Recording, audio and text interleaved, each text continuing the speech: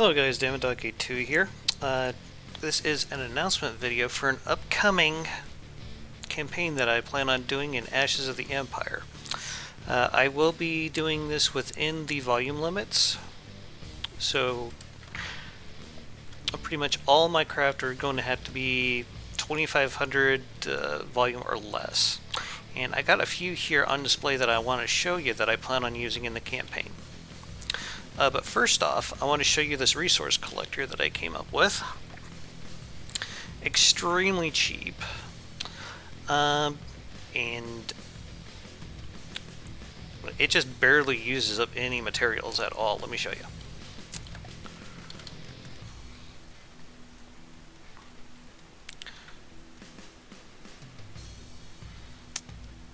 And right now,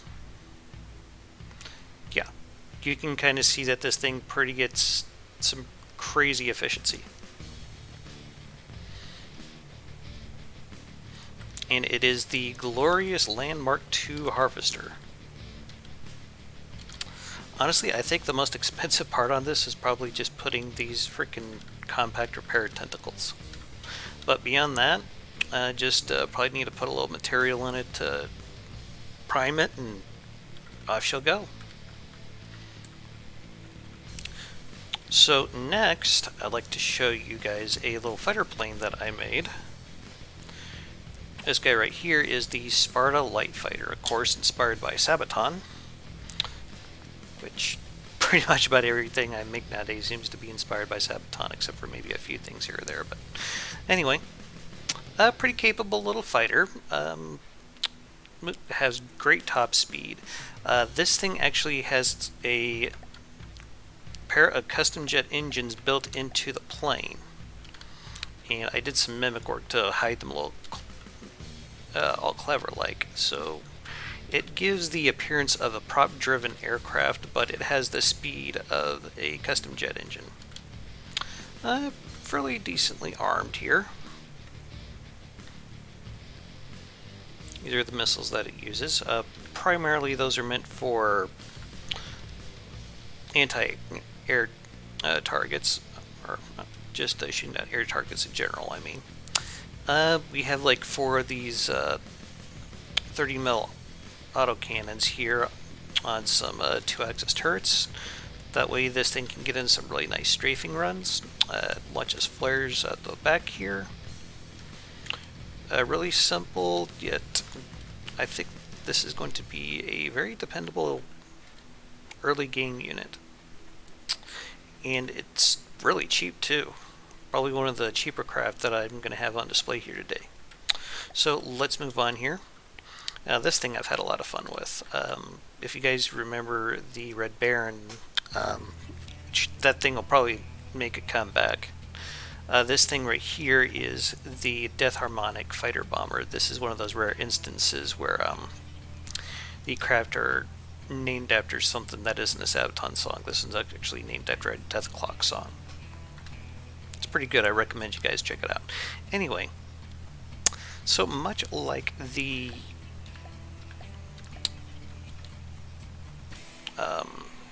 Red Baron, or I'm sorry, the Richthofen plane that I made for my Quest for Neater campaign, this one also will have hidden missiles in the wings.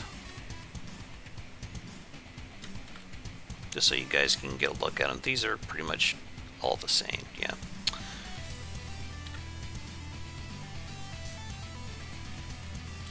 Just meant to basically harass and strafe targets. It's a lot slower than this airplane over here is, but yeah, it's also got a bomb here that'll be released from the bottom of the aircraft. It's AP and radar guided. I think in the regular campaign you could probably just make this into a torpedo and still do pretty well. Very nice little plane, been happy with it. It's not nearly as fast as the Sparta fighter, but it's fairly tough, and I think it'll do pretty well as a support craft and not necessarily used for direct assaults. This one right here I actually just completed today, and this is a transport helicopter. Has some pretty good stats. Get some very good top speed on it. Very, very cheap. Most of it's made out of wood, actually. And it's got 2 of the large cargo containers in the side of it. I tried to squeeze in a few more fuel engines into this thing so I could see if I could squeeze a bit more speed out of it, but yeah. It actually gets pretty good material use. At least in my opinion it does. Yeah, the custom jet material burn like 1.34 a second, and this thing isn't going to be constantly moving or anything like that. It's just going to be transporting resources, and it's got pretty good room to do so. It can also do field repairs with the repair bots and the repair tentacles. And yes, it is custom jet engine powered because I like having aircraft that actually move fast like aircraft should in real life. So yeah, been really satisfied with this so far. The 50 caliber machine gun's pretty much just there for show. And yeah, we'll just move on to the next one. And this will probably be leading the assault against the Dustwind Gypsies. This is the Wehrmacht light tank, of course inspired by another Sabaton song. This thing has been doing pretty well in my testing against the Taipans of the Dustwind Gypsies. Pretty good little tank here.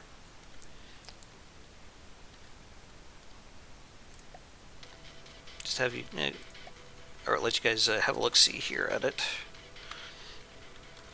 Turn that back on. Nice little cannon here.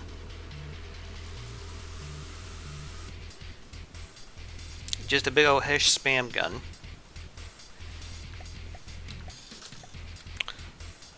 Very, very simple tank. Probably uses one of the smallest shells here, to be honest. At least as far as ammo customizers go, but yeah, very, very simple tank.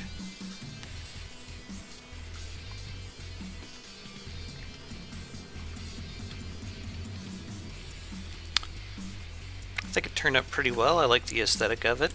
I also have a anti-aircraft version of this where it uses a 300mm timed flak.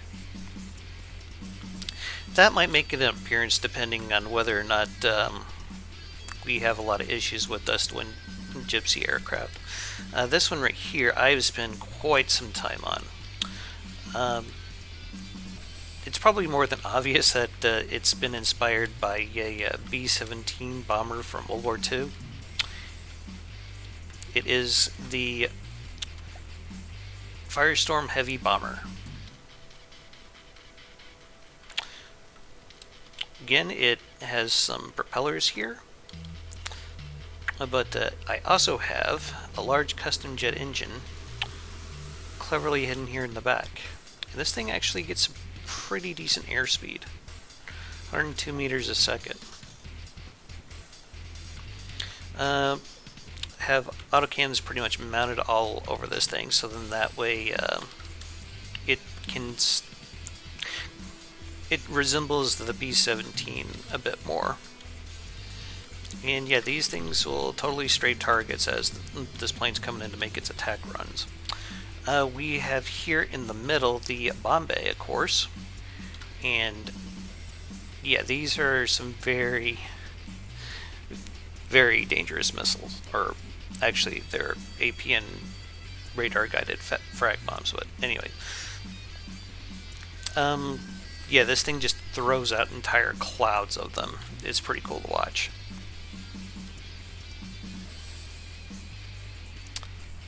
It also has some more custom jet engines hidden in the wings here, the smaller variants of it, just to try to help out with try to generate more power and speed. Did a lot of decoration and mimic work trying to get this thing to look like this, so yeah, pretty proud of it. And I think I did a very good job of hiding the custom jet engine here in the I don't think, unless you are actively looking for it, you would know it's even there. But anyway, I took the idea of this and I did something entirely different with it over here. This right here, if you guys are familiar with IM Mark III's jackhammer minigun system, this is pretty heavily inspired by that and the spooky gunships that were used in Vietnam. And this is the Spooky 2. Just a little bit more expensive than the bomber, but the miniguns here in the back, they have some pretty insane rates of fire here. And this thing has been very, very good at just providing long-range fire support, and I've been extremely happy with it.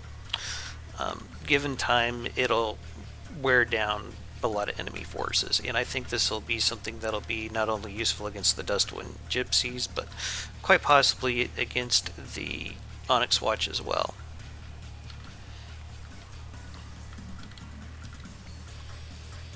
So very happy with it. It's also got the same custom jet engine here in the back as the last one. The main difference here is this thing will actually use flares because this thing is meant to loiter in an area a little bit longer, so I wanted to give it some fairly decent missile protection, at least as best I could. I tried to put some very good detection here on the left side, considering that's where all the firepower is going to be coming from. Also here in the nose we have some more detection and a radar down here.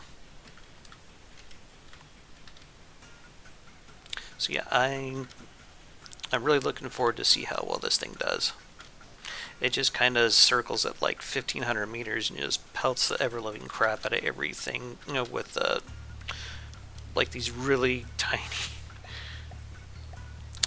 time inertial HE rounds. If I can find, yeah, there's the customizer for you. These are 30 millimeter. But you have to keep in mind these are coming at a rate of 1,200 rounds per minute. And there's 2 guns using these, so that's 2,400 rounds a minute. So yeah, just something to think about. And these are rail guns. They do have a little bit of rail power given to them. That's just to help them get the velocity that they need to get enough range. I think I have these set to go about 2,000 meters, give or take. Yeah. This thing circles at somewhere, I can't remember if it's 2,500, I'm sorry, 1,500 meters or 1,800 meters, somewhere around in there, but yeah. I think it'll be really cool to see this thing in action. And moving on, this might actually look familiar to a lot of you guys. This was one of the first offensive vehicles that I did for my tank tutorial series. And it has just been performing so well in testing, I don't see a reason why not to use this in the actual campaign itself. I'm probably going to redo the engine here a little bit, especially because now I got a couple of ideas on how that I can make them breathe a little bit better, so we don't have to like just pile a bunch of damn radiators onto them just to keep them cool. So yeah, might come back and do a couple of upgrades to this if I can. But it's done extremely well in testing. It solos a lot of vehicles, and it's a very cheap vehicle too. Well, considering how the pricing goes in new from the depths, anyways. Yeah, 40k materials, and the gun itself actually gets a fairly decent rate of fire, considering it fires a 4-meter long 400 millimeter Hesh round. Let me find the shell customizer for you guys so you can take a look at it real quick. I also should note that 2 of these craft are already up on the workshop if you guys want to download them and play with them yourself. And yeah, that's the shell for this thing. I've had this thing like one shot. What is it? The Scarab, which is kind of scary in its own right because it's a tank destroyer in itself. I think now because it doesn't have a traversable turret on it, but if this thing can get one of those HESH rounds through the shield, it'll just utterly gut the inside of it in one shot. So yeah, pretty cool to watch. This right here is a cram artillery piece that I made for a tutorial here fairly recently. It's not nearly well armored as a lot of other craft that I've made so far, but it's going to do a lot of damage with this gun here. Though I don't exactly have the utmost faith in crams to hit a target accurately at a fairly long range. I believe this thing is set up to fire at targets about 1,500 meters out.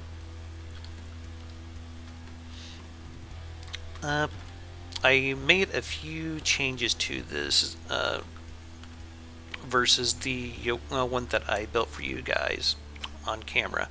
I fudged the spall liners for starters.